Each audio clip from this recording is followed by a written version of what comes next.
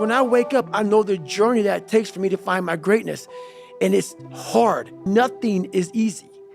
Nothing just like, oh, I wake up and I just do this or I do that, or it just, I watch people every day go through life and it's so easy. For me to be where I'm at today, it takes every bit of me. So when I speak about it, and as I get going here, you'll start seeing me, the tempo will rise, the passion will come out because I'm back there. I'm doing what I do every day to become a human being. And so nothing is easy. Like running is running. It sucks. But you have a choice to make. Do you want to sit down and go back to that guy you once were? No. So this is what it takes. It takes that misunderstanding of people, and they'll never get it because they were never David Goggins. So that is what it takes for me to do what I do. It may take you something differently. So for me, everything has to be in the studying. Everything has to be into this. Everything has to be, and everywhere I am, it has to be there. Me, focused where I am. That's why you're my second podcast I've done since Rogan, since the book came out. I don't have time for that shit. Because if I want to be great, I'm not trying to maximize money or maximize people knowing me. I do these things because maybe someone out there will understand me and get it and say, I can grow from this guy. I wanted to be the guy that people looked at, whether they liked me or not, and said, this guy is never going to stop. I didn't care if I won. I just wanted to be the person who kept getting back up, no matter how many times life knocked me down. I wanted to go the distance, and that mindset drove me beyond what I thought was possible. I have the ability to see the end before the beginning even begins. And what that means is I know that to get to the very end, I can see it right now. So before I went to Buds, and I was losing all this fucking weight and shit, I saw myself walking across the fucking stage at 191 fucking pounds, 'cause that's what I had to get to get into the door. I saw myself 6 months, a year later, wherever it's gonna take me to do it, I saw myself walking across that stage, getting that fucking certificate of graduation from Buds. And I was able to be there at 300 fucking pounds. And that feeling that I was nowhere near that fucking feeling, I was able to put myself there 1,000,000 times every fucking day. And that feeling of like, my God, that is gonna feel fucking amazing. That's what made me suffer. That's what allowed the pain to be real and say, this is worth it. I want to feel for this fucking next 18 months. It took me 18 fucking months to finally become a Navy SEAL, to finally, just get through Buds. 18 months, it's 6 months. It took me 18. That's what woke me up every fucking morning was, I'm gonna put myself through this much fucking pain and suffering for a few seconds. That's all it is. A few seconds of joy. And it's so fucking worth it, man. That's what people don't get. So I'm able to put myself at the finish line, even though I have no finish line, but at the finish line of an event before I even start the motherfucker to say, how are you gonna feel at the end of this? I was a scared, insecure kid. My whole life, I ran away from challenges. But that voice inside me never let me give up completely. I realized I had to create a version of myself that didn't exist yet. Someone who could endure pain, suffering, and the judgment of others. I had to build a calloused mind, and I did it through relentless effort. I stopped making excuses. Rain, pain, exhaustion, none of it mattered anymore. I faced every fear, every weakness, and made the decision that nothing was going to stop me from becoming who I needed to be. Man, you're gonna have to fucking suffer to go from this fat, insecure motherfucker to one of the best guys on the planet Earth. This journey is gonna take something that is gonna be incomprehensible to most people. And these different visualizations, how I visualize in my self-talk, it became so nasty and dirty that I almost liked the fact that I went 0.25. So it became from being defeated to like, man, all right, motherfucker, maybe tomorrow we can go 0.75. It just became this different mindset. I turned negatives into positives. So I would take it like, who would even think about doing this? So I would sit on my couch saying, who at 297, who can't fucking swim that great, who's scared of the fucking water, would have the fucking balls? Who had the balls to fucking man up, quit a job, and go and just put everything on himself? So it's how I started talking to myself and putting myself in a whole different category, and that would fuel me the next day, and I just kept using that as fuel and fuel. No one would do this shit. No one would do this shit. You're the baddest motherfucker around. You're the baddest motherfucker ever live. And I kept fueling me with the right kind of message that I needed to hear that I was never telling myself. And through time, it became reality to myself. I can't live several lifetimes. I can't. Because the knowledge I need to gain for this life I live in today, I need 2 or 3 or 4 lifetimes to be where I want to go. Ultra gives it to me in fucking high definition real fast. 62 hours, you go out there fucking suffer, you come back, oh, that was 62 hours. I gained 7 fucking years of knowledge.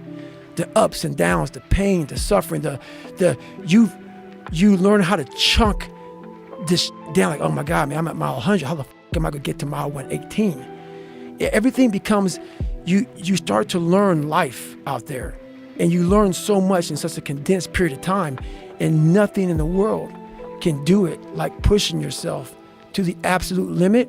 I call it like, so people have talent. People have a lot of talent. And this is going beyond your talent. So when there's no more talent, what happens to you? Most people quit. People only go to their talent level. And once their talent level is gone, it becomes a mental game. That the whole mental game sets in then. And most people can only perform to their talent. And they realize, man, why am I always messing up right here? Why is this like my big hurdle? It's because you're performing to your talent. And then after that, your mind has nothing for you. Nothing for you. I see fighters, I see runners, I see people who they're great, but they get to the edge of their talent. It's like, man, what's up? Because you're now at the point now where your talent ain't gonna do shit for you, my friend. Now it's the mental game. And that's where people get lost in life, get lost in that next level. And that next level is found for me in the things that I do. I'm just misunderstood. That's how scary the mind is. And that's what I started realizing through this journey, is that once I got a taste of, wow, man, I haven't even begun to crack what the mind is capable of. And what I started realizing is on the other end of suffering, that's the real growth of life. Because you realize how the mind processes. And I talk about another thing called theory and practice. A lot of people are theorists. These smart guys that read these fucking books and shit, man, and they sit down, they tell you what the mind is supposed to do. And a lot of us listen to that shit. It becomes like, this is it, man. This old man who has been studying the mind forever, this is the cap that we have. By being a practitioner, I went out and realized a lot of these guys are so wrong, man. The mind has capabilities that are so unknown, and I found that through suffering. And there's a whole nother world on the other end of that. I call that my 40% rule, where like a car has a governor on it. It can go 130, the governor's only gonna go 91. And the whole thing about that is a true statement, like what you said. Our mind wants to protect us. The mind is like, honestly, it has a tactical advantage over us. It knows our deepest, darkest fears or insecurities. It knows where we start to feel, we start getting that doubt creeping that says, hey man, you know what, man, maybe this isn't good. Let's go back home to the wife. Let's go back home to the kids. This is not comfortable. So in that moment, the mind directs us. It's a protective mechanism.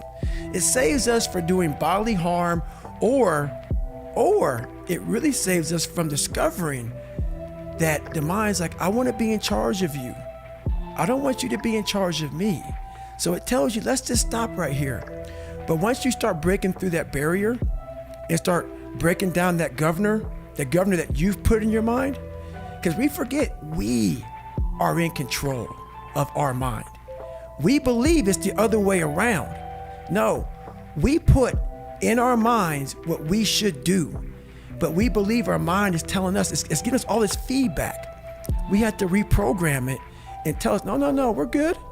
We're good, this sucks, but it's okay. You have to learn to cap success. So what I do is, like right now, I don't like doing podcasts. There's a lot of things I don't do that I have to do now to get the message out there to help people out. And what I mean by capping success, I believe everybody should live their life. So everything that someone says in life, take it with a grain of salt. Take what they give and don't be like, oh, David Goggins said this or whoever said this. No, do not take what I say and do exactly what I say. So for me, what makes me who I am, because my mission is very different than yours or anybody else's. I have to go into a situation knowing, okay, I'm a guy who wants to make people better. For people to get better, I have to continuously get better myself. For me to do that, I can't just say, oh, I have this resume. The resume is there forever. I'm good. I have to cap my success, because for me to help people out, I can't just say I did it once and I'm good. I have to continue to reinvent the wheel of the mind and figure out more and more ways for you to pull. Because if I have a cookie cutter message, it may hit 5 people out of 25. You just failed. My message needs to be in a way where I can hit all 25 people. It needs to be broad enough to where all 25 people may not like the message, but they're getting something from it. And that is evolution. You must continue to evolve. And you don't evolve, for me, in my job, unless I cap myself somewhere and say, okay, you made this much money, get back to fucking work. It's time to get back to work. Stop hearing yourself talk. Get off the podcast. Don't be on social media too much. Cut out all the fucking noise. Get back to the fucking mental lab, because that's where the knowledge came from. So for me, I must cap myself so I can come back with better, more unique knowledge versus all that cookie cutter knowledge that's out there.